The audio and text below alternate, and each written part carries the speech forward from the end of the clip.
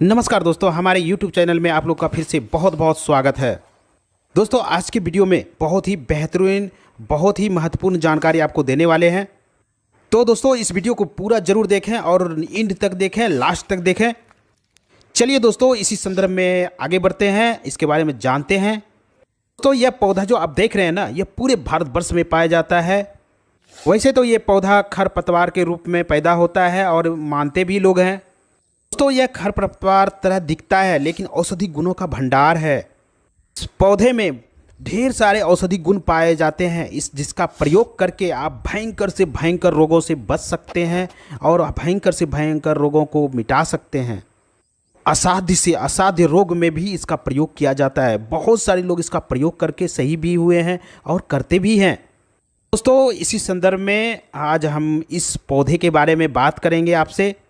तो इस पौधे का मैं नाम बताऊंगा और इसका प्रयोग कैसे करना है, किस मात्रा में करना है और कौन कौन सी बीमारी में करना है। बस आप ध्यान से सुनिए और इसका फ़ायदा लीजिए। इस पौधे में थोड़ा सावधानी भी बरतनी पड़ती है, मैं पहले ही बता दे रहा हूँ। वीडियो को ध्यान से देखिएगा और सावधानी पूर्वक ही इसका प्रयोग करिएगा। ये दोस्तों, इससे पहले आपसे आगे बढ़ने से पहले आपसे एक छोटी सी रिक्वेस्ट है दोस्तों, अगर वीडियो अच्छा लगे तो लाइक ज़रूर कर देना दोस्तों। आपके एक लाइक करने से मेरा मोटिवेशन अप होता है, मेरा मनोबल बढ़ जाता है, जिसी के वजह से ऐसे ही अच्छे अच्छे वीडियो आप तक हम पहुंचाते हैं।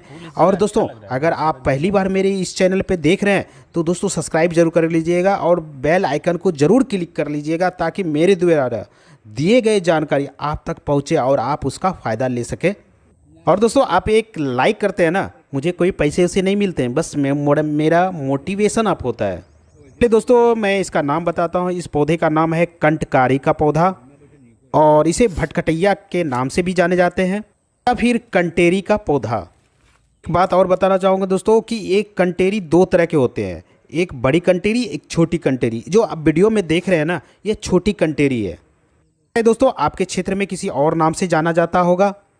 दोस्तों, कमेंट करके ज़रूर बताइएगा कि आपके क्षेत्र में किस नाम से जाने जाते हैं। आप कमेंट में जब लिखते हैं ना, तो दूसरे जो व्यूअर होते हैं वो इसको पढ़ करके जान जाते हैं। तो दोस्तों, भटकटैया कई प्रजाति के होते हैं, मैंने जैसे छोटी और बड़ी भटकटैया के बारे में बताया है। और दोस्तों, इसके जो फूल होते हैं ना, वो भी अलग अलग होते हैं। तो आप भटकटैया देख ही रहे हैं ना, इसमें 3 प्रकार के फूल होते हैं। एक सफ़ेद फूल वाले आप जो देख रहे हैं, ये बैगनी फूल है, जैसे देखिए बीच में पीला कलर का है, और एक होता है सफ़ेद कलर की।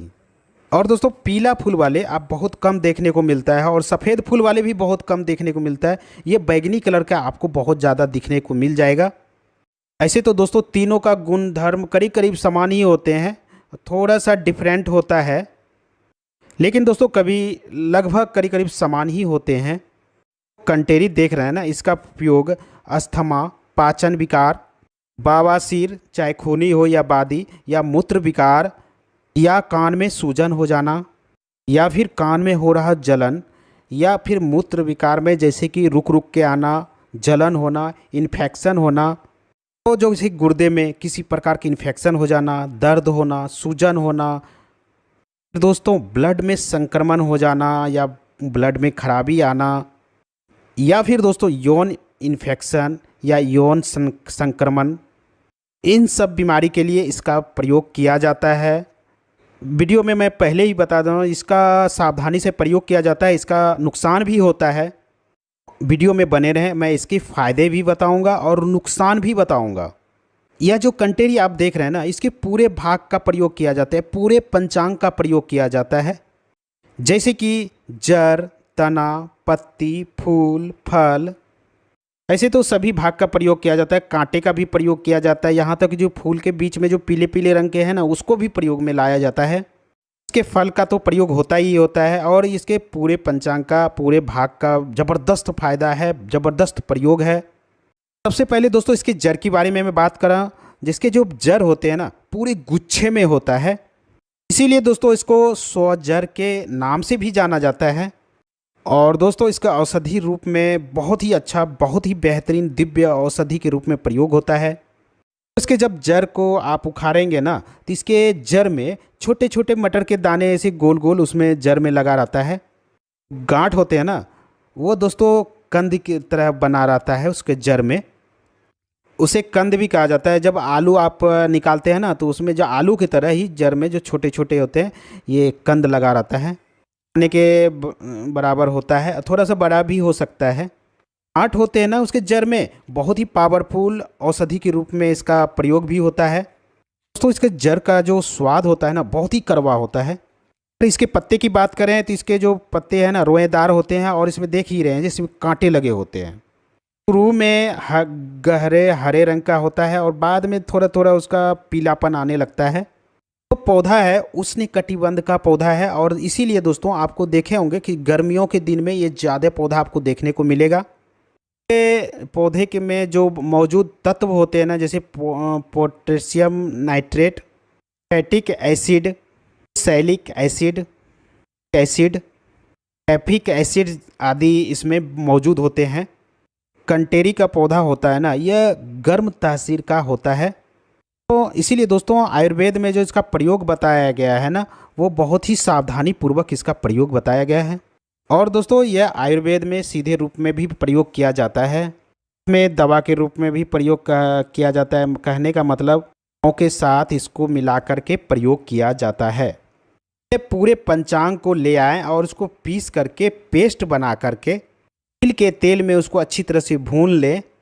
जैसे गठिया हो गया है ना, तो उस पर आप लगा देते हैं, तो गठिया के लिए रामबाण इलाज है ये। यहाँ तक कि दोस्तों शरीर में कहीं भी सूजन हो गया हो, या फिर कमर दर्द हो, कोहनी का दर्द हो, जोड़ों का दर्द हो, किसी भी प्रकार का दर्द हो शरीर में, उसके लिए यह रामबाण काम करता है। लेप को आपको लगाना है।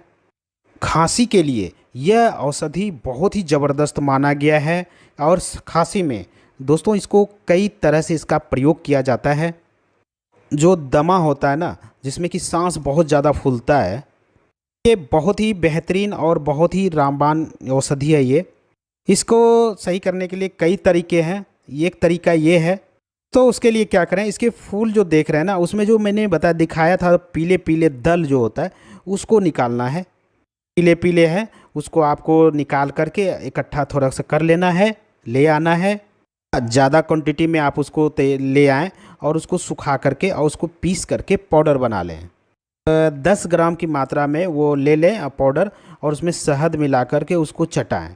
इस तरह से आप सुबह शाम आप दिन आप कंटिन्यू करें। दमा रोग के लिए बहुत ही बेहतरीन औषधि है, बिल्कुल नेचुरल है।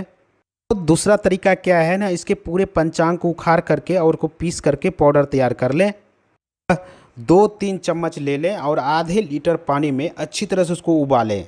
जब आधा बच जाए, आप उसको क्या करें, जब बच जाए हल्का गर्म रहे, तो आप उसको सीप कर करके जैसे चाय पीते हैं ना, उस तरह से पी लें उसको। दिन में 2 बार प्रयोग करें, या ज़्यादा है तो 3 बार भी करिए, प्रयोग कर सकते हैं। करेगा ही करेगा, आपके फेफड़े से संबंधित सारी बीमारियों को यह दूर करता है। दोस्तों दमा रोग के लिए और फेफड़े के रोग के लिए, सर्दी खांसी, छोटी मोटी एलर्जी जो समस्या बनी रहती है ना, उसके लिए बहुत अच्छा। यहाँ तक कि दोस्तों किसी को बुखार आ गया ना, तो उसमें भी बहुत बेहतरीन काम करता है। इसके और भी प्रयोग हैं। आप क्या करें, बासा का एक पत्ती ले लें, इसके जो कंटारी की देख रहे हैं ना, इसके जड़ को ले लें। तो अकरकरा आपने देखा है ना, अकरकरा का जो ऊपर वाला फूल होते हैं जो पीले पीले, करीब करीब 10 से 15 ग्राम आप ले लें। फिर क्या करें दोस्तों, ऐसे कूट कूट करके इसका काढ़ा तैयार करें। दिन में 3 बार इसका प्रयोग करें, सेवन करें। तो दोस्तों जो बलगम होता है ना, छाती के नीचे जो बलगम जम जाता है ना, आप इस तरह से पिएंगे ना, तो वो बलगम को बाहर निकाल देता है। यह मिर्गी के लिए भी बहुत अच्छा प्रयोग है, मिर्गी में भी इसका प्रयोग किया जाता है। हम सबको पता है कि मिर्गी जो है ना, बहुत ही गंभीर बीमारी है। के रोगियों के लिए कंटकारी जो होता है ना, बहुत अच्छा इसका प्रयोग है। दोस्तों बहुत ही साधारण सा प्रयोग है। इसके पत्ती को लें और उसको पीस करके इसका रस निकाल लें। और दोस्तों जब मिर्गी पड़े, तो आप उसके नथुने में 2 बूंद टपका दें। तो नाक में टपकाने से तुरंत उसका मिर्गी का जो दौरा है ना, वो शांत हो जाता है। इसको मिर्गी का दौरा बार बार आते रहता है, तो उसको लिए क्या करें, जब भी वो सोने जाए ना, नाक में 2 बूंद टपका दें। दोस्तों कुछ दिन आप इसका प्रयोग करेंगे ना, तो उसका मिर्गी का दौरा जड़ से ख़त्म हो जाएगा, उसको फिर दोबारा नहीं होगा। इसके साथ साथ दोस्तों अगर पेट की समस्या हो, लीवर खराब हो गया हो, गैस बन रहा हो, अनपच की समस्या हो या फिर पेट में कीटाणु की वजह से आपका हाजमा सही नहीं हो रहा हो, तो बहुत ही साधारण सा प्रयोग है। इसके पत्ते को लें और उसका रस निकाल लें, 2 चम्मच उस मरीज को पिलाएं। तो दिन में 2 से 3 बार ज़रूर पिएं। आप 2-3 दिन लगातार अगर पीते हैं, पेट में जो इन्फेक्शन होता है, पेट में जो बैक्टीरिया होता है, पेट में खराब बैक्टीरिया पैदा हो जाता है, पेट में कृमि हो जाता है, कीड़ा हो जाता है, को दोस्तों अगर प्रयोग करते हैं तो उसको मार करके और मल के रास्ते बाहर कर देता है। यह पेट के कीड़ा मारने के लिए और पेट में जो इन्फेक्शन हो जाता है उनके लिए बहुत ही कारगर औषधि है। के साथ साथ महिलाओं को जैसे बहुत ज़्यादा चक्कर आता है, बहुत ज़्यादा उल्टी होता है, तो आप इसका प्रयोग कर सकते हैं। तो गर्भावस्था में भी इसका प्रयोग कर सकते हैं। गर्भावस्था के दौरान जो भी प्रॉब्लम होती है उन प्रॉब्लम को दूर करने के लिए ये आप कंटेरी के पंचांग का चूर्ण 5 ग्राम लें और दोस्तों 10 से 15 मुनक्का ले लें और उसको अच्छी तरह से पानी में उबालें। उसको अच्छी तरह से उबालने के बाद जब काढ़ा तैयार हो जाए, सेवन करने से जीभ मिचलाने वाली समस्या या उल्टी जैसी समस्या से आपको छुटकारा मिल जाता है। दोस्तों चक्कर आने की समस्या रहती है तो यह गर्भवती महिलाओं के लिए बहुत ही बेहतरीन औषधि है। तो इसके अगले फ़ायदे की बात करें, अगर बाल झड़ने की समस्या हो, गंजेपन सी समस्या हो, आपके बाल और समय सफ़ेद हो रहे हो, ऐसी स्थिति में आप कंटेरी का प्रयोग कर सकते हैं। बहुत ही बेहतरीन औषधि है, बहुत ही बेहतरीन काम करता है, बालों को झड़ने से बचाता है, आपके नए बाल उगाता है। और दोस्तों बहुत साधारण सा प्रयोग है। आप इसके पत्ते जो हरे हरे देख रहे हैं ना, इसको ले आएँ और उसके कांटे को निकाल दें और दोस्तों इसको पीस करके पेस्ट बना लें और जहाँ बाल झड़ने की समस्या है ना, वहाँ पे एक पेस्ट की तरह इसको बाल सर पे लगा लें। इस तरह कुछ दिन आप प्रयोग करें, आपके धीरे धीरे वहाँ पे बाल आना शुरू हो जाता है। और दोस्तों बाल अगर झड़ने की समस्या है उसको भी रोकता है, वहाँ पे नए बाल उगाता है। इस तरह से अगर प्रयोग करते हैं, आपके गंजापन, बालों का झड़ना या फिर बालों का टूटना या बालों को सुंदर मुलायम बनाने के लिए, काले बनाने के लिए, यहाँ तक बाल पकने की समस्या होता है उसको भी यह सही करता है, फिर से काले कर देते हैं। दोस्तों कंटेरी का जो प्रयोग है ना, दांतों के दर्द को दूर करने के लिए भी बहुत अच्छा प्रयोग है। अगर दोस्तों किसी को दांतों में प्रॉब्लम है तो आप कंटेरी का पौधा का प्रयोग करके आप दांतों की समस्या से छुटकारा पा सकते हैं। ये क्या करें दोस्तों, कंटेरी के पत्ते को ले आएँ और उसके कांटे निकाल करके मसल करके उसका पेस्ट तैयार कर लें। दोस्तों जब सुबह सुबह जगते हैं ना, तो जब ब्रश आप करते हैं उसके बाद आप क्या करें, उस पेस्ट से अपने दांतों का हल्के हल्के उंगली के सहायता से उसको मालिश करें और उससे मालिश करें। और जहाँ पे दोस्तों दर्द हो रहा ना, इस पेस्ट को उस जगह रख करके थोड़ा देर उसको छोड़ दें। इस तरह से आप इसका प्रयोग करते हैं तो कुछ ही दिन में आपके दांतों से सारी समस्या दूर हो जाती है। आपके जो दांतों से अगर मसूड़े से खून आ रहा है या फिर आपका दांत सड़ने की अवस्था आ गया या पीलापन पड़ गया है या फिर मुंह से बदबू आता हो, उसको भी यह सही करता है। दांत का दर्द हो तो वह भी आप प्रयोग कर सकते हैं। कंटेरी के बहुत सारे फ़ायदे हैं, बहुत सारे बेनिफिट्स हैं, एक वीडियो में बताना संभव नहीं है। इसलिए दोस्तों अब नेक्स्ट वीडियो में आपको इसके फ़ायदे बताऊँगा। जैसे कि मैंने बताया था इसके कुछ नुकसान भी होते हैं, तो दोस्तों नुकसान के जानना भी ज़रूरी होता है कोई भी औषधि का प्रयोग करने से पहले। दोस्तों मैंने जो आपको मात्रा बताया उसी मात्रा के अकॉर्डिंग आप इसका प्रयोग करें, उससे ज़्यादा प्रयोग ना करें। चलिए दोस्तों कुछ नुकसान इसके बता देते हैं। कंटेरी का प्रयोग बहुत लंबे समय तक नहीं करना है आपको। दोस्तों बहुत ज़्यादा समय तक आप प्रयोग करते हैं तो आपके लीवर पे, किडनी पे इसका इफेक्ट पड़ सकता है। दोस्तों आपके पाचन क्रिया को यह बिगाड़ सकता है। दोस्तों इसका प्रयोग बहुत ही कम समय के लिए किया जाता है और बहुत ही सीमित मात्रा में किया जाता है।